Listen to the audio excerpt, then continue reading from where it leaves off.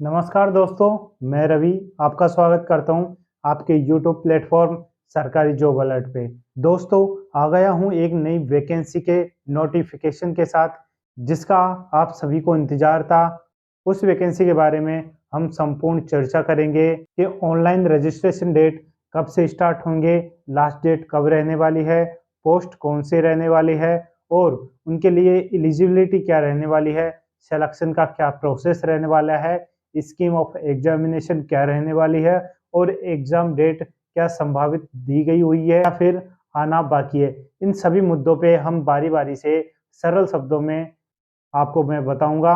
आप सभी से अनुरोध है, अगर कोई कैंडिडेट या स्टूडेंट इस चैनल पे पहली बार हैं या इस वीडियो को पहली बार देख रहे हैं, अगर इस चैनल को सब्सक्राइब नहीं करा हो तो सब्सक्राइब कर लीजिए और बेल आइकन भी दबा दीजिए, जिससे आपके पास टाइम टू टाइम और अप टू डेट नोटिफिकेशन की सूचना मिलती रहे। तो इसी के साथ आओ दोस्तों, शुरुआत करते हैं एक नए वीडियो के साथ, नए नोटिफिकेशन के साथ।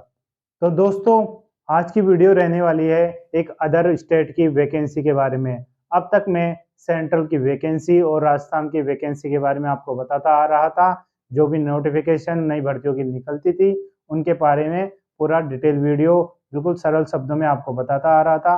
पर आज एक ऐसी वैकेंसी लाया हूँ जो अदर स्टेट की है, वो टीचर की वैकेंसी रहने वाली है। क्यों? क्योंकि टीचर की वैकेंसी एक बहुत बड़ी वैकेंसी होती है, जिसका सभी स्टूडेंट को सालों से इंतजार होता है, क्योंकि टीचर की वैकेंसी में कम से कम 2 साल का गैप आ ही जाता है।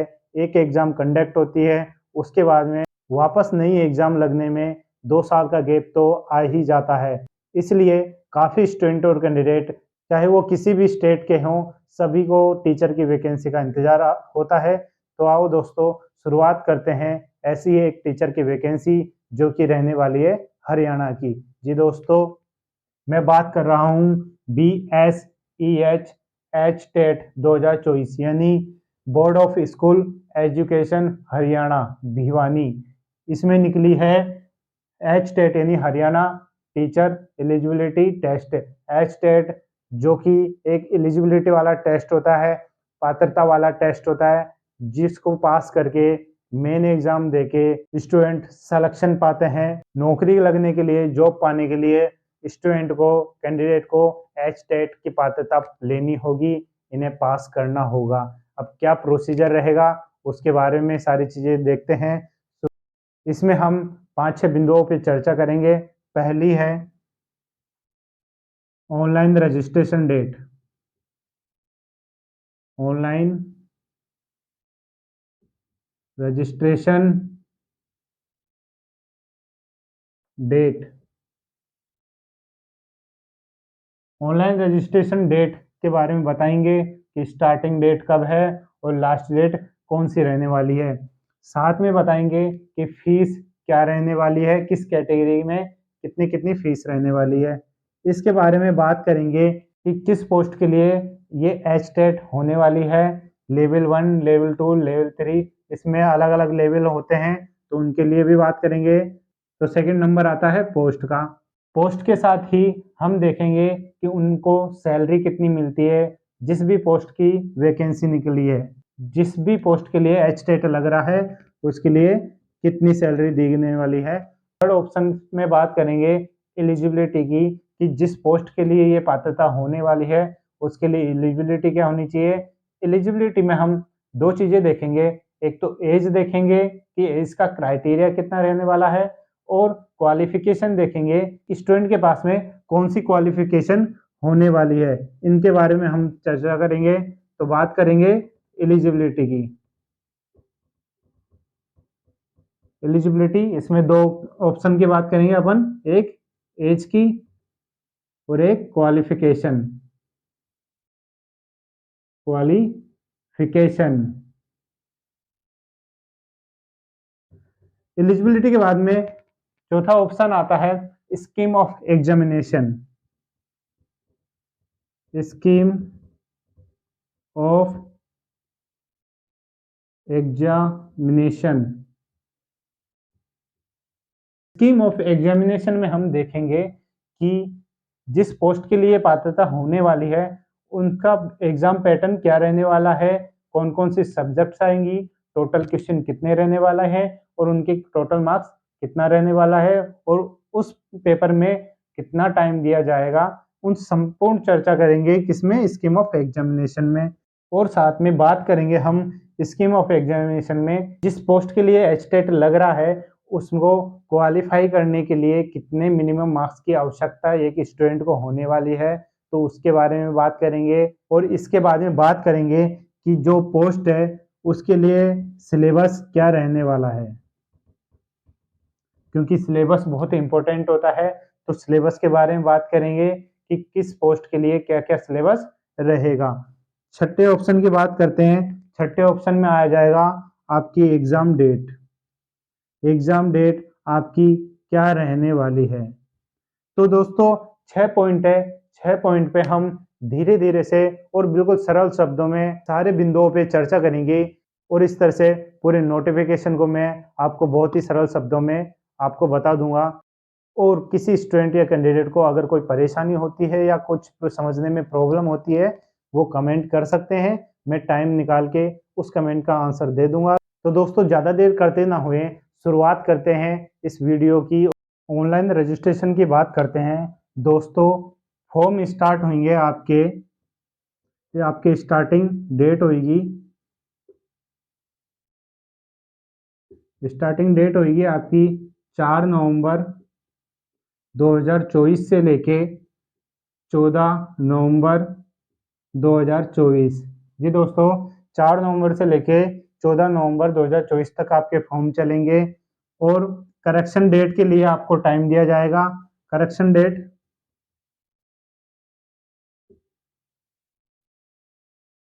डेट आपकी रहने वाली है 15 नवंबर से लेके 17 नवंबर। 15 नवंबर से लेके 17 नवंबर तक आपका करेक्शन डेट ओपन होगी, यानी मॉडिफिकेशन विंडो ओपन होगी। उस दौरान आप फॉर्म में जो भी डाटा आपने फिल किया है अगर उसमें कोई गलती हो गई हो तो उसको आप सुधार सकते हैं 15 तारीख से लेके 17 तारीख के बीच में। इसके अलावा बात करेंगे फीस की कि फॉर्म भरते वक्त फीस किस कैटेगरी में क्या क्या फीस लगने वाली है। फीस की बात करने से पहले स्टूडेंट को बता देना चाहता हूँ कि किस लिंक पे जाके आप फॉर्म अप्लाई कर सकते हो। www.haryana.tat.in। जब आप गूगल पे लिखोगे www.haryana.tat.in तो आपके पास में एक विंडो ओपन होगी, एक इंटरफेस ओपन होएगा जिसमें आपको साफ साफ दिखाई दे जाएगा कि फॉर्म अप्लाई किस तरह से करना है, ऑप्शन कहाँ कैसा आ रहा है, वहां से आप जाके अपना फॉर्म फिल कर सकते हो। अब आते हैं फीस के बारे में कि किस कैटेगरी में कितनी कितनी फीस रहने वाली है। फीस की बात करते हैं। फीस में दोस्तों 3 तरह के पेपर होंगे, पेपर 1, पेपर 2, पेपर 3। उसी के अकॉर्डिंग आपकी फीस लगने वाली है। सपोज दैट आप एक पेपर दोगे तो उसके लिए अलग फीस है। अगर आप 2 पोस्ट के लिए एलिजिबल हो तो आपको उसके अकॉर्डिंग फीस लगेगी। अगर आप 3 पोस्ट के लिए एलिजिबल हो तो आप 3 पोस्ट के हिसाब से आपकी फीस लगने वाली है। और सबसे ज़रूरी बात, आपको ये तीनों फॉर्म अगर आप एलिजिबल हो तो सेपरेट सेपरेट अप्लाई करना होगा।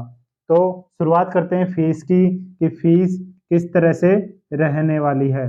फीस की बात करते हैं। अगर कैंडिडेट हरियाणा का है यानी एससी है, शेड्यूल कास्ट है, पीएच है यानी फिजिकल हैंडीकेप्ट है और हरियाणा का डोमिसाइल है तो उसको अगर पेपर एक देगा यानी कोई भी पेपर एक दे रहा है तो उसको 500 रुपये पे करने पड़ेंगे। अगर वो 2 पोस्ट के लिए अप्लाई कर रहा है तो उसको 900 रुपये पे करने पड़ेंगे। अगर वो 3 पोस्ट के लिए अप्लाई कर रहा है तो उसे 1200 रुपये पे करने होंगे। इसी के साथ सेम अगर कोई कैंडिडेट एससी और पीएच जो हरियाणा का है, इनके अलावा जितनी भी कैटेगरी बचती है हरियाणा डोमिसाइल की, तो उनके लिए एक पेपर के लिए रहने वाले 1000, 2 पेपर के लिए 1800 और 3 पेपर के लिए 2400 की फीस लगने वाली है। इन सब के अलावा अगर कोई कैंडिडेट अदर स्टेट का है, हरियाणा के अलावा डोमिसाइल है, तो उनकी फीस रहने वाली है एक पेपर के लिए 1000, 2 पेपर के लिए 1800 और 3 पेपर के लिए 2400 की फीस रहने वाली है। अदर स्टेट में सभी कैटेगरी अप्लाई कर सकती है, रिस्ट्रिक्शन नहीं है। आपको जो भी पोस्ट के लिए आप अप्लाई कर रहे हो, चाहे 1 पेपर के लिए, 2 पेपर के लिए, 3 पेपर के लिए, उस हिसाब से आपका फीस लग जाएगी और आप अपना फॉर्म फिल कर सकते हो। इसके बाद में बात करेंगे पोस्ट की कि आखिर ये 3 पेपर जो लगने वाले हैं वो किस किस पोस्ट के लिए लगने वाले हैं। पोस्ट की बात करते हैं कि पोस्ट कौन कौन सी रहने वाली है।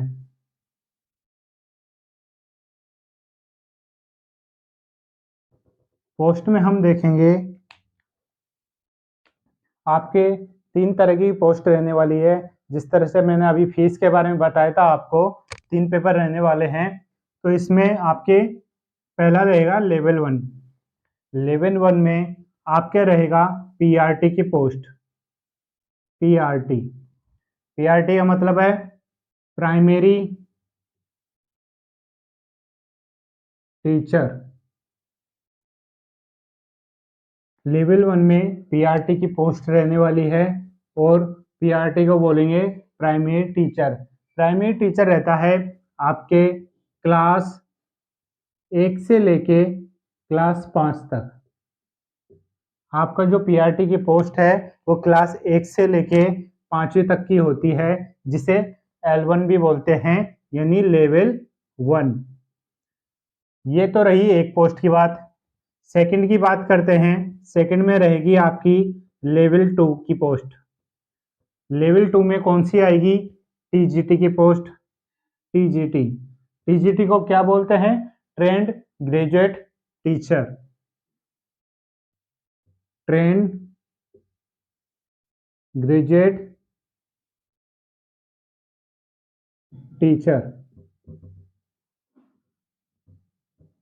ट्रेंड ग्रेजुएट टीचर जिसे टीजीटी बोलते हैं, ये रहेगी क्लास 6 से लेके 8वीं तक।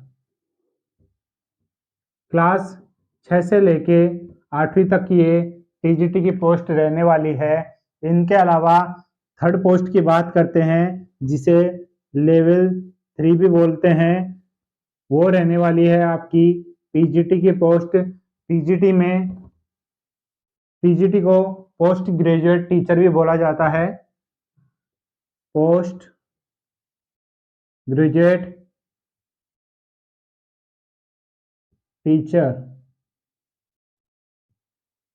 पोस्ट ग्रेजुएट टीचर ये क्लास रहेगी आपकी क्लास 9 से लेके क्लास 12वीं तक। 9 से लेके 12वीं तक की क्लास रहेगी, जिसमें पीजीटी की पोस्ट रहने वाली है। तो दोस्तों, एच स्टेट में यानी पात्रता में आपके 3 तरह की पोस्ट रहने वाली है। पीआरटी यानी प्राइमरी टीचर, सेकंड लेवल 2 में टीजीटी ट्रेंड ग्रेजुएट टीचर, और थर्ड पोस्ट रहेगी आपकी L3 यानी पोस्ट ग्रेजुएट टीचर। इस तरह के तीनों की पोस्ट रहने वाली है। तीनों की क्लासेज अलग अलग, लेवल अलग है। अब मेन मुद्दे की बात आते हैं कि इन पोस्ट के लिए क्या क्या सैलरी मिलेगी। तो सैलरी की बात करते हैं कि सैलरी कितनी मिलेगी। पीआरटी की बात करते हैं यानी प्राइमरी टीचर की बात करते हैं, तो इसकी सैलरी रहने वाली है 4200 पे ग्रेड पे। जी दोस्तों, 4200 पे ग्रेड पे रहने वाली है और इसकी सैलरी अप्रोक्सीमेट 65,000 रहने वाली है। प्राइमरी टीचर की जो सैलरी है वो 65,000 के आसपास लगभग रहने वाली है। टीजीटी की बात करते हैं तो इसकी ग्रेड पे है वो 4600 रहने वाली है और 4600 पे जो सैलरी बनेगी वो अप्रोक्सीमेट 80,000 के आसपास बनेगी। 80,000 पर मंथ की सैलरी बनेगी किसमें? टीजीटी में। टीजीटी की बात करते हैं तो इसकी ग्रेड पे रहने वाली है 4800। 4800 ग्रेड पे रहने वाली है और 4800 ग्रेड पे सैलरी बनेगी 85,500। 85,500। अब बात करेंगे इन पोस्टों के लिए क्या एलिजिबिलिटी रहने वाली है, कि कौन स्टूडेंट या कौन सा कैंडिडेट इन पोस्ट के लिए एलिजिबल हो सकता है और फॉर्म को अप्लाई कर सकता है। एलिजिबिलिटी की बात करते हैं तो दोस्तों शुरुआत करते हैं लेवल 1 से, जिसमें रहने वाली है आपकी पीआरटी की पोस्ट। पीआरटी यानी प्राइमरी टीचर की पोस्ट, जिसमें क्लास रहने वाली है आपकी 1 से लेके 5वीं तक। अब एलिजिबिलिटी पे आते हैं दोस्तों। एलिजिबिलिटी में आपके पहली चीज होनी चाहिए 12th 50% के साथ। इसके साथ आपका डिप्लोमा इन एलिमेंट्री एजुकेशन होना चाहिए, किस रिकॉग्नाइज्ड बाय एनसीटीई यानी national council of teacher education. 2 year का डिप्लोमा होना चाहिए, डीएलएड होना चाहिए। अगर कोई कैंडिडेट या तो पास हो गया हो या फिर अपेयरिंग में हो, लास्ट ईयर में हो, तो वो कैंडिडेट भी अप्लाई कर सकता है। इसके अलावा बात करते हैं, अगर किसी कैंडिडेट की 12th में 45% है और सेम पास या अपेयरिंग में है 2 ईयर वाले डिप्लोमा इन एलिमेंट्री एजुकेशन में, तो वो कैंडिडेट भी अप्लाई कर सकता है। या फिर अगर कोई कैंडिडेट 12th 50% एंड पास्ट और appearing 4 year of bachelor of elementary education. अगर कोई कैंडिडेट 12वीं में 50% है और 4 ईयर और ऑफ बैचलर ऑफ एलिमेंट्री यानी जिसे डीएलएड भी बोलते हैं, अगर वो पास हो चुका हो या फाइनल ईयर में हो, अपेयरिंग में हो, तो वो कैंडिडेट भी इस फॉर्म को अप्लाई कर सकता है।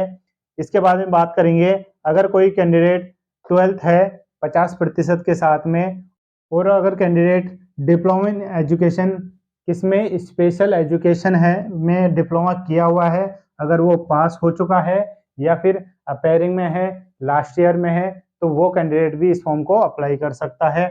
इसके अलावा अगर किसी कैंडिडेट के पास में ग्रेजुएशन है और डीएलएड यानी डिप्लोमा ऑफ एलिमेंट्री एजुकेशन या तो पास कर लिया हो या फिर फाइनल ईयर में हो, अपेयरिंग में हो, तो वो कैंडिडेट भी इस फॉर्म में अप्लाई कर सकता है। इन सब के अलावा जो सेकंड चीज एसेंशियल होनी चाहिए, वो आपकी जो 10th है, मैट्रिक लेवल है, उसमें हिंदी या संस्कृत सब्जेक्ट का होना बहुत जरूरी है।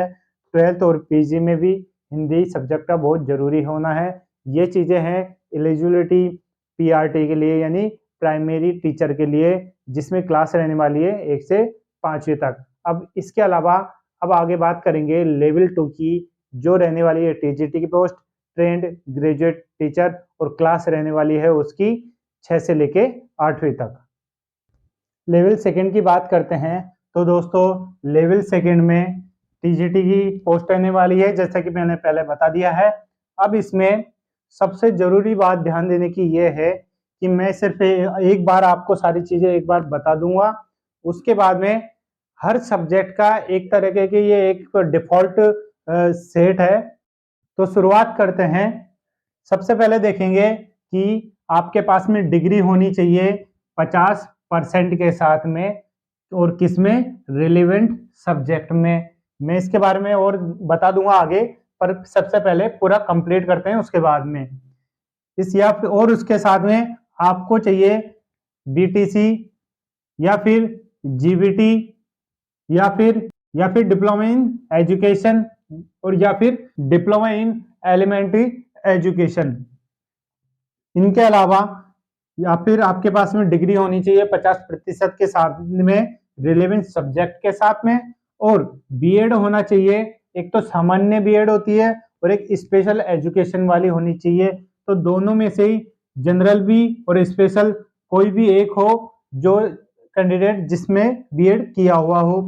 इसके अलावा 4 year bachelor of elementary education होना चाहिए 50% के साथ में, या फिर 4 ईयर का होना चाहिए integrated BA, BSc, BCom, BEd, यानी इंटीग्रेटेड कोर्स होता है। बीए बीएड होता है, बीएससी बीएड होता है, बीकॉम बीएड होता है, और वो भी 50% के साथ में आपका पास हुआ होना चाहिए। सेकंड बात, आपका मैट्रिक होना चाहिए यानी 10वीं होनी चाहिए, जिसमें हिंदी या संस्कृत जरूरी है होना, या फिर आपकी जो भी हायर एजुकेशन है उसमें हिंदी सब्जेक्ट का होना बहुत जरूरी है। अब इसमें सब्जेक्ट की बात करते हैं कि सब्जेक्ट का किस तरह का रोल रहने वाला है। जैसा कि डिग्री में बोला है मैंने, रिलेवेंट सब्जेक्ट यानी अगर पोस्ट सोशल साइंस या सोशल स्टडीज वाली रहने वाली है, जिसमें political science, history, economics, geography, sociology और साइकोलॉजी सब्जेक्ट से रहने वाली है, तो वो कॉम्बिनेशन सोशल स्टडीज के अंतर्गत आ जाता है। और उन्हीं सब्जेक्ट्स में आपकी या तो डिग्री या बीएड में सब्जेक्ट का होना बहुत जरूरी है। इसके साथ में जैसे 4 year BA bachelor of elementary education या इंटीग्रेटेड कोर्स, इनमें जो सब्जेक्ट है, जैसा कि मैंने बता दिया, अगर पोस्ट रहने वाली है टीजीटी की, अगर पोस्ट रहने वाली है सोशल साइंस या सोशल स्टडीज की, तो उसमें मैंने सब्जेक्ट बता दिए, वापस बता देता हूँ। History, political science, economy, geography, sociology और साइकोलॉजी सब्जेक्ट्स का होना जरूरी है। इनके अलावा अगर कैंडिडेट के पास बीएससी है, तो बीएससी में बहुत सारी सब्जेक्ट्स इंक्लूड होती है, तो उसमें अगर कोई कैंडिडेट के पास फिजिक्स है, बॉटनी है, जियोलॉजी है और मैथमेटिक्स या फिर केमिस्ट्री है, तो वो स्टूडेंट इन डिग्री में उन सब्जेक्ट्स का होना बहुत जरूरी है। तो वो कैंडिडेट इस पोस्ट के लिए अप्लाई कर सकता है। किस स्ट्रीम में? साइंस की स्ट्रीम में, यानी टीजीटी साइंस में। इनके अलावा बात करेंगे, टीजीटी म्यूजिक में भी रहने वाली है, टीजीटी आर्ट में भी रहने वाली है, टीजीटी होम साइंस में रहने वाली है। और लैंग्वेज की बात करते हैं तो उर्दू, पंजाबी, संस्कृत, हिंदी और इंग्लिश, इनमें भी टीजीटी की पोस्ट रहने वाली है। और इन्हीं सब्जेक्ट्स के रिलेवेंट जो आपकी डिग्री या डिप्लोमा आपसे मांगा है, तो वो सब्जेक्ट्स उन डिग्री या डिप्लोमा में होना बहुत जरूरी है। तो वो कैंडिडेट उस पोस्ट के लिए अप्लाई कर सकता है। मैं वापस बता देता हूं, अगर किसी के पास में, जैसे कि मैंने बोला, डिग्री चाहिए 50% के साथ में, रिलेवेंट सब्जेक्ट के साथ में। अगर पोस्ट सोशल स्टडीज की है, तो उसमें history, political science, economy, psychology, sociology ये सब्जेक्ट होना जरूरी है। और बीएड, बीएसटीसी या इंटीग्रेटेड कोर्स है कोई, तो उसमें उस सब्जेक्ट का, रिलेवेंट सब्जेक्ट का होना बहुत जरूरी है। बीएससी में बीएससी में वही, बीएससी की बात करें तो फिजिक्स, केमिस्ट्री, जूलॉजी, मैथमेटिक्स और बायो होती है। इनके अलावा जो मैंने ये लिख रखी है, music, art, home science, Urdu, Punjabi, Sanskrit, Hindi, English, ये लैंग्वेज के सब्जेक्ट है, इनकी पोस्ट अलग रहती है। तो इस तरह से टीजीटी की सारी पोस्ट मैंने एक बार में ही आपके सामने बता दी है, बहुत ही सरल शब्दों में।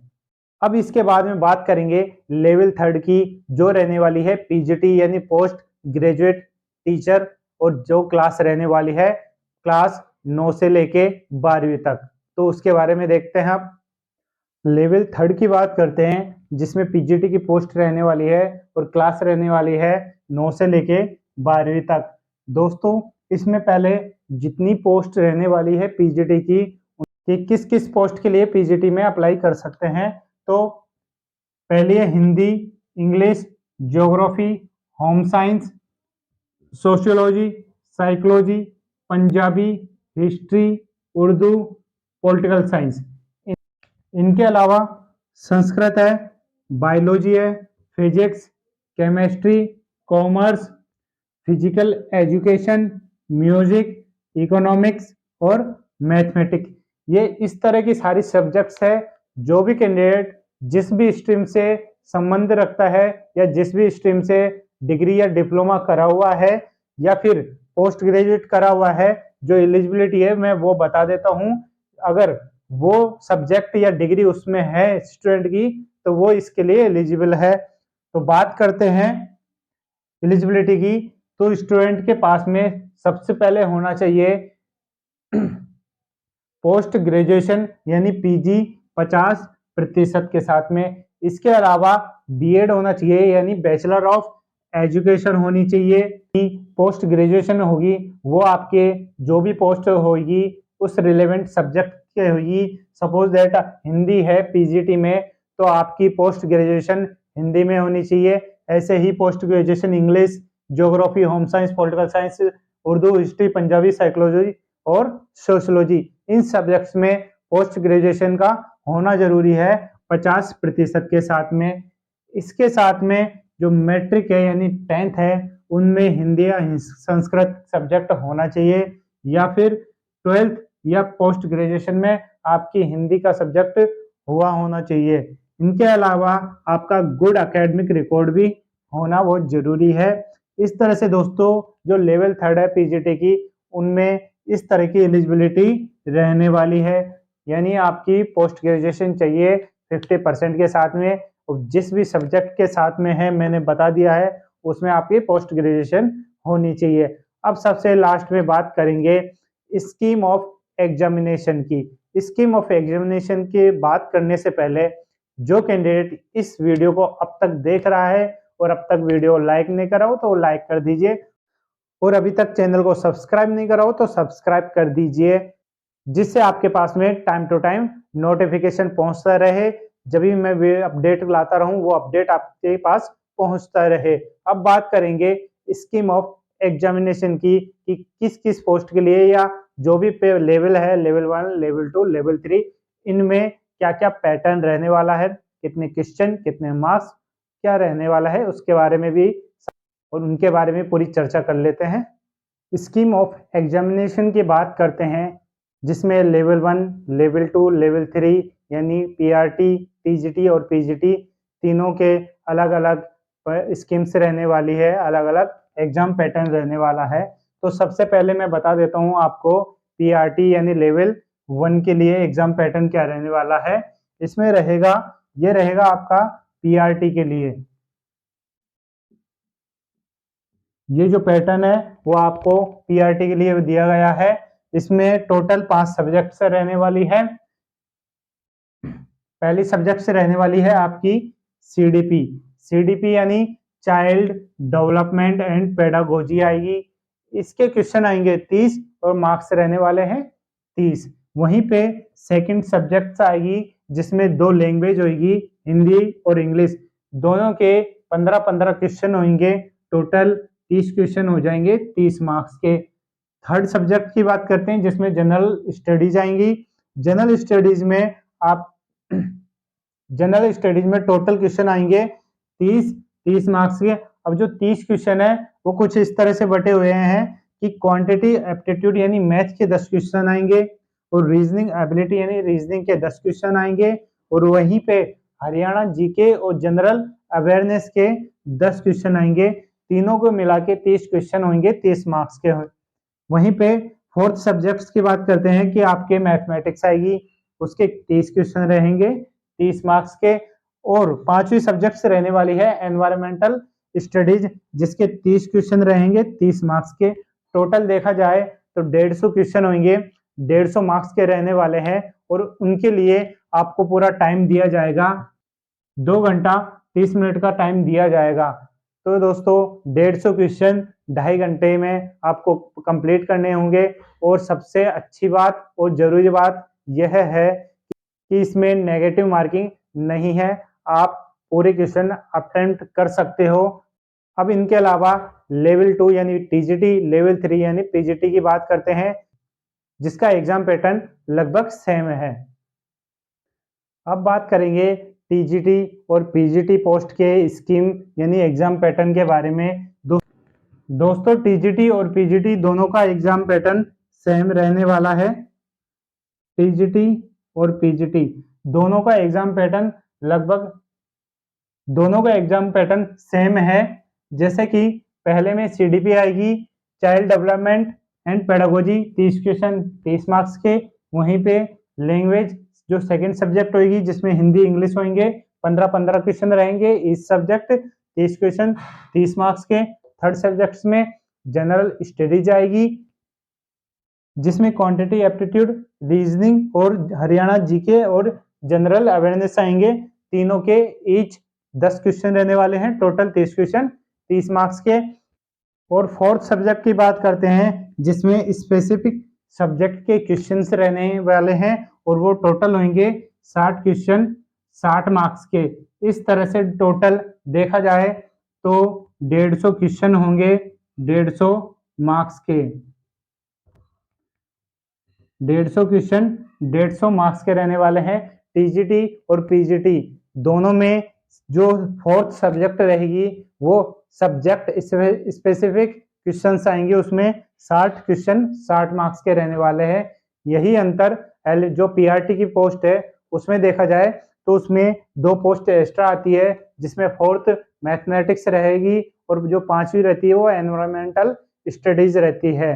तो इनके अलावा तो मैंने सारी पीआरटी, टीजीटी और पीजीटी पोस्ट के बारे में सारी एग्जाम पैटर्न बता दिया है।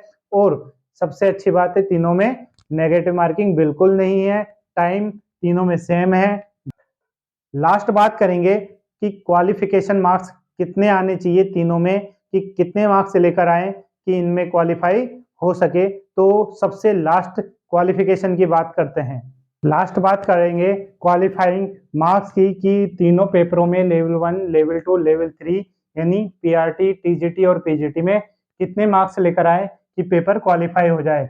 अगर कोई कैंडिडेट एससी का है या फिर डिफरेंशियली एबल्ड है या फिजिकली चैलेंज है, तो उसे या उस कैंडिडेट को 55% लाना है, यानी 82% मार्क्स, यानी 82 मार्क्स लाने हैं टोटल 150 क्वेश्चंस में, तब जाके वो क्वालिफाई कर सकता है। इनके अलावा जो भी रिमेनिंग कैटेगरी है किसके, एससी, डिफरेंशिएबल और फिजिकली चैलेंज, इनके अलावा जितनी भी कैटेगरी बची है हरियाणा स्टेट की, उनको 60% लाना है, यानी 90 मार्क्स लाने हैं 150 में, तब जाके वो पेपर क्वालिफाई कर सकते हैं। इनके साथ में अगर कोई कैंडिडेट एससी, डिफरेंशिएबल या फिजिकली चैलेंज है अदर स्टेट के, तो उनको 60% लेकर आने हैं, यानी 90 मार्क्स लेना है, तब जाके वो तब जाकर वो पेपर क्वालिफाई कर सकते हैं।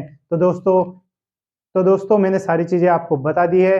इसी के साथ इस वीडियो को समाप्त करता हूँ। मिलता हूँ एक नई वीडियो के साथ, नए नोटिफिकेशन के साथ, नए सिलेबस, नए एग्जाम पैटर्न के साथ। धन्यवाद।